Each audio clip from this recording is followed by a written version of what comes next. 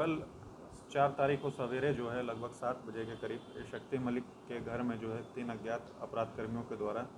जो कि मुंह पे गमछा लपेटे हुए थे, घर में घुस करके उनकी गोली मार के हत्या कर दी गई थी। उनको 3 गोलियां मारी गई थी, जिसमें हम लोग ने जो प्लेस ऑफ अक्रेंस पे गए थे और उसके बाद अस्पताल में भी जाके उनको शव को देखा गया, तो बॉडी पे ब्लैकनिंग और चारिंग स्पष्ट रूप से दिख रही थी, जिससे ये क्लियर होता है कि उनको काफ़ी क्लोज रेंज से शूट किया गया था। और उसके बाद घटना कारित करने के बाद घर के पीछे के रास्ते से तीनों अपराधकर्मी कूद के भाग गए थे। उसके बाद पत्नी के फर्द बयान के आधार पे केहाट थाना अंतर्गत 6 लोगों पे नामजद प्राथमिकी दर्ज की गई है और उसमें भी अनुसंधान किया जा रहा है। ये 6 लोग कौन कौन हैं? 6 लोगों में पत्नी के फर्द बयान के आधार पे जो है तेजस्वी यादव, तेज प्रताप यादव, अनिल कुमार साधो, कालो पासवान, सुनीता देवी एवं मनोज पासवान के ऊपर षड्यंत्र रचकर इनकी हत्या करवाने, शक्ति मलिक की हत्या करवाने के आरोप में प्राथमिकी दर्ज की गई है, जिसमें भारतीय दंड संहिता की धारा 324, 302, 120B, 34 एवं 27 आर्म्स एक्ट, इसके अलावा 32V SC/ST एक्ट के तहत कांड दर्ज किया गया है। अब तक की जांच में सर क्या मामला सर? अब तक की जांच में एक बात हम लोग ने शक्ति मलिक का जो मोबाइल फ़ोन था वो भी हम लोग को मिला है, जिसकी अभी तक जितनी जांच हुई है उसमें एक बात तो स्पष्ट उभर के आई है कि कालो पासवान के साथ इनकी राजनीतिक राइवलरी चल रही थी, जिस क्रम में जो है परिजनों के द्वारा बताया गया था कि लगभग 1 माह पूर्व रानीगंज थाना अंतर्गत भी इनके ऊपर फायरिंग की गई थी, परंतु उसका जब हम लोग ने वेरिफिकेशन किया तो उस क्रम में पता चला कि रानीगंज थाना अंतर्गत ये दोनों एक दूसरे के ऊपर टिप्पणियां करते थे सोशल मीडिया पे और उसके अलावा फ़ोन के आधार पे भी, जिसके आधार में थाना पे इन लोग को बुला करके सुलहनामा करवाया गया था। तो वो घटना लगभग 1 माह पूर्व 3/9/2020 की थी, जिसमें रानीगंज थाना अररिया से संपर्क करने पर वो सुलहनामा की प्रति भी उपलब्ध कराई गई, जिसमें दोनों ने यही कमिटमेंट किया कि अब हम दोनों एक दूसरे के विरुद्ध कोई किसी प्रकार की टिप्पणी नहीं करेंगे और दोनों मतलब फ़ोन के द्वारा भी एक दूसरे को तंग नहीं करेंगे। और उसमें जो कालो पासवान भी थे वो भी ऐसा अंदेशा जताया जा रहा है, रानीगंज जो रिज़र्व सीट है अररिया रानीगंज कंस्टिट्यूंसी जो रिज़र्व सीट है अररिया डिस्ट्रिक्ट में, वहाँ से वो भी इलेक्शन की तैयारी में थे और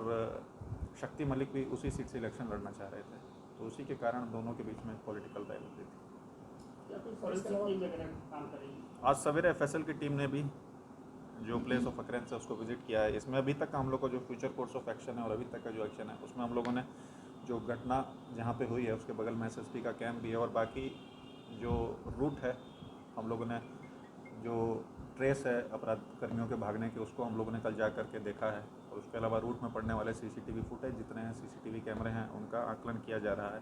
FSL को भी आज बुलाया गया है और क्राइम सीन का रिकन्स्ट्रक्शन किया जा रहा है कि किस प्रकार से घटना को कारित किया गया होगा। जितने भी सस्पेक्ट हैं या जिनके साथ भी शक्ति मलिक की राइवलरी थी सबके फ़ोन नंबर प्राप्त करके CDR और IPDR एनालिसिस की जा रही है। घटनास्थल का और अन्य जो रूट है उसका हम लोग डंप डेटा एनालिसिस वगैरह भी कर रहे हैं। बाकी जो टेक्निकल एनालिसिस होता है उसको भी हम लोग कर ही रहे हैं।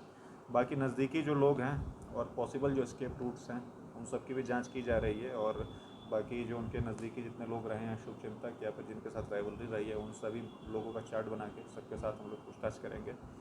उसके अलावा जो डिजीज़ पर्सन शक्ति मलिक है,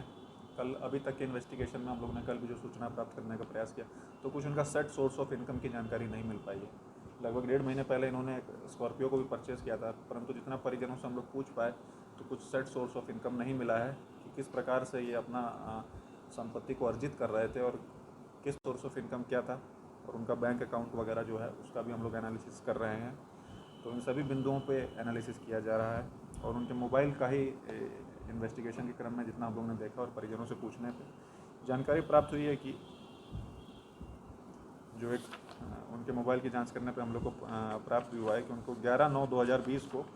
RJD से निष्कासित किया गया था और उसके अलावा ये कंटिन्यूसली उस प्रकार की एक्टिविटीज़ में लगे हुए थे। 16/9/20 को उन्होंने पुतला दहन भी किया था और फिर विभिन्न प्रकार के आरोप विभिन्न लोगों पर लगाया करते थे।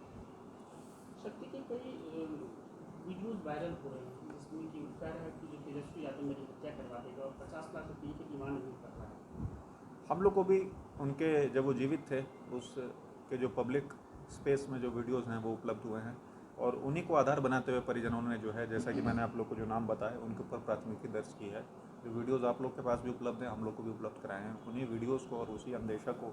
जताते हुए परिजनों ने जो है प्राथमिकी दर्ज की है। उसके अलावा एक और भी मैं क्लैरिफिकेशन करना चाहूँगा, कल से कुछ न्यूज़ चैनल्स के द्वारा ये भी कंटिन्यूसली पूछा जा रहा है कि जस्ट नाम देने पे बिना किसी इंक्वायरी के प्राथमिकी कैसे दर्ज हो गई है। तो उसमें मैं क्लैरिफाई करना चाहूँगा कि उसमें पुलिस को जब भी किसी संज्ञेय अपराध की सूचना मिलती है, जैसा कि सर्वोच्च न्यायालय का ललिता कुमारी वर्सेस यूनियन ऑफ इंडिया जो केस लॉ है उसमें स्पष्ट रूप से परिभाषित है कि संज्ञेय अपराध की सूचना मिलने पर किसी प्रकार की प्रिलिमिनरी इंक्वायरी का प्रावधान नहीं है और उसमें हम लोग को प्राथमिकी दर्ज करनी है। क्योंकि कल मर्डर हुआ था, परिजनों के द्वारा संज्ञेय अपराध की सूचना दी गई है, उसके आधार पर पुलिस ने प्राथमिकी दर्ज की गई है और फर्दर हम लोग इन्वेस्टिगेशन के क्रम में साक्ष्य एकत्रित करेंगे कि किसकी क्या भूमिका है। क्या इस मामले में इनके पूछताछ भी की जाएगी तेजस्वी तेजपाल या अन्य लोगों से? जैसे जैसे इस मामले में इन्वेस्टिगेशन के क्रम में पुलिस को साक्ष्य एकत्रित किए जाएंगे तो जिनके विरुद्ध भी साक्ष्य आएंगे निश्चित रूप से उनके ऊपर कानूनन कार्रवाई भी की जाएगी और बाकी पूछताछ हम लोग जिनसे हम लोग को उचित प्रतीत होगा उन लोग से पूछताछ भी की जाएगी साक्ष्य संकलन के लिए।